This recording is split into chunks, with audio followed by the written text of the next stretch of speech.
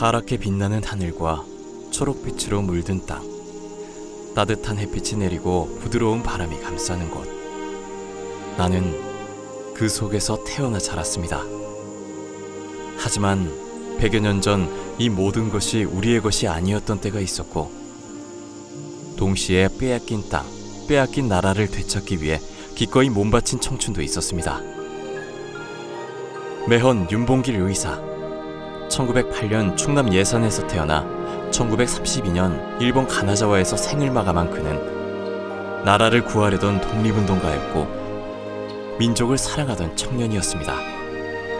이곳 예산의 평화로운 풍경 속에 짧지만 강렬하게 타올랐던 윤의사의 삶이 고스란히 남겨져 있습니다. 가장 먼저 들어선 곳은 충의사. 충청남도 예산군 덕산면 실양리에 위치해 있는 이곳은 1968년 윤봉길 의사를 기리기 위해 세워졌고, 이후 1972년 사적 제229호로 지정되었습니다.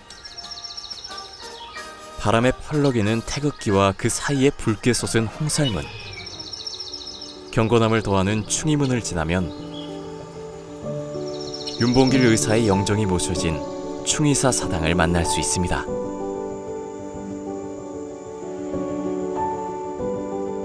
잠시 묵념을 하며 윤봉길 의사의 정신을 헤아려 봅니다.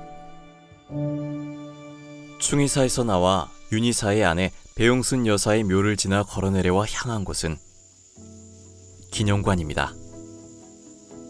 이곳에서는 보물 제568호로 지정된 유품들과 함께 그의 일대기를 볼 수 있습니다.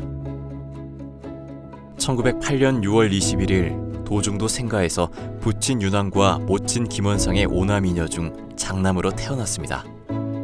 유학자 성주록 선생에게서 한학을 익혔던 윤의사는 뛰어난 글솜씨로 여러 권의 시집을 남기기도 했습니다.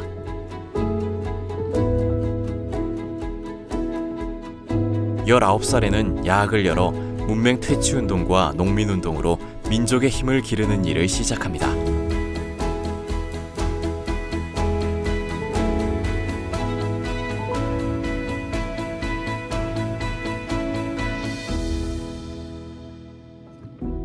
(1930년) 23세 나이에 그는 큰 뜻을 품고 독립운동에 투신하고자 중국으로 떠나게 됩니다.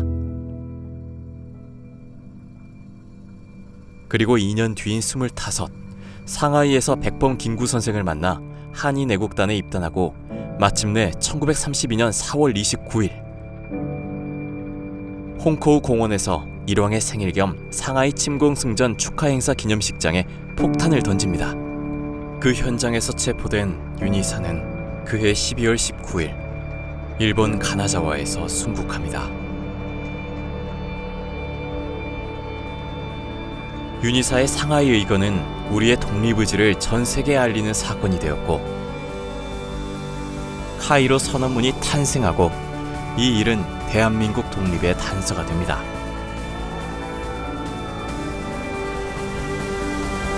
기념관에서 살펴보았던 그의 삶을 조금 더 생생하게 들여다보기로 했습니다. 맑은 물이 흐르는 목계천 위를 건너면 윤봉길 의사가 태어난 생가 광연당에 도착합니다.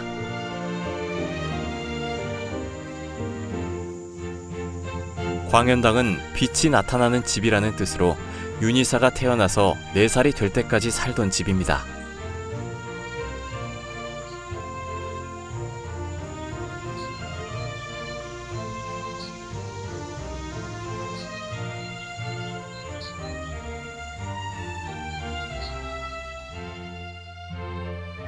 이곳은 목계천이 양쪽으로 갈라지면서 자그마한 배 모양을 이루는 섬에 자리하고 있는데요.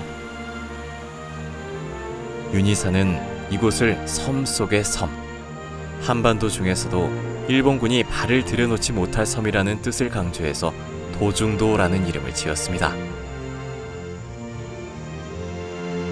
광연당 맞은편에는 저안당이 자리하고 있습니다. 저안당은 윤봉길 의사가 성장하고 가정을 이루고 중국으로 떠나기 전까지 사시던 곳입니다.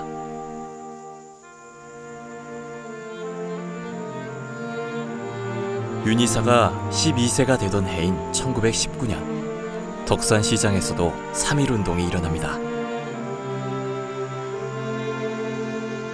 이 일에 영향을 받아 그는 일본 군국주의 교육을 거부하고 보통학교를 자퇴합니다.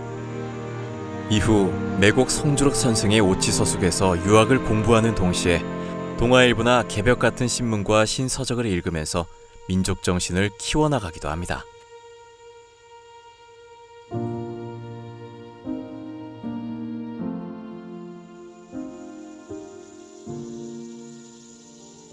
농민들을 위한 야학을 시작한 자리도 이곳 저안당에 남아 있습니다. 그리고 1930년 그는 장부 출가 생불안, 장부가 집을 떠나 살아서 돌아오지 않는다는 결심을 남기고 가족과 집을 떠나 중국으로 향하게 됩니다. 그 결심이 여전히 서려있는 이곳에서 1972년까지 윤희사의 유족이 실제로 거주하기도 했습니다. 이후 1974년 사적 제229호로 지정되면서 어려운 상황에 처한 한국을 건져낸 집이라는 뜻으로 저한당이라는 이름을 얻게 됩니다. 흔히 독립투사로서의 모습만 알려져 있지만 실제 윤봉길 의사는 농촌운동에도 많은 힘을 쏟았습니다. 1926년 윤희사는 여러 개의 묘표를 뽑아들고 아버지의 무덤을 찾아달라고 부탁하는 청년을 만나게 됩니다. 그를 잊지 못해 일어난 이 사건을 두고 그는 무지가 나라를 잃게 한 원인이라는 생각을 갖게 됩니다. 그는 농민독본이라는 교재를 직접 만들어 농민야학과 계몽운동을 시작합니다. 훗날 윤희사가 더 직접적인 독립운동에 헌신하고자 했던 의지도 이곳 부흥원에서 시작된 셈입니다. 23. 그 어떤 것보다 민족과 나라를 사랑한 나머지 자신의 삶을 내던질 것을 각오하며 떠났던 청년. 25.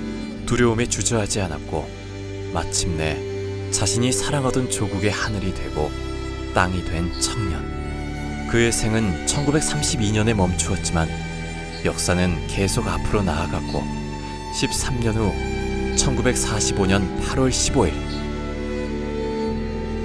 마침내 조국은 빛을 되찾았습니다. 그리고 오늘 그 뜨거웠던 청춘이 선물한 오늘 그가 떠나며 걸었을 길 위에서 나는 그가 남긴 것들을 다시 생각합니다. 다시는 잃지 않기 위해서 결코 잊어서는 안 되는 이야기, 찾고 기억해야 하는 자리. 이제 나는 그 위에서 새로운 역사를 써내려갑니다.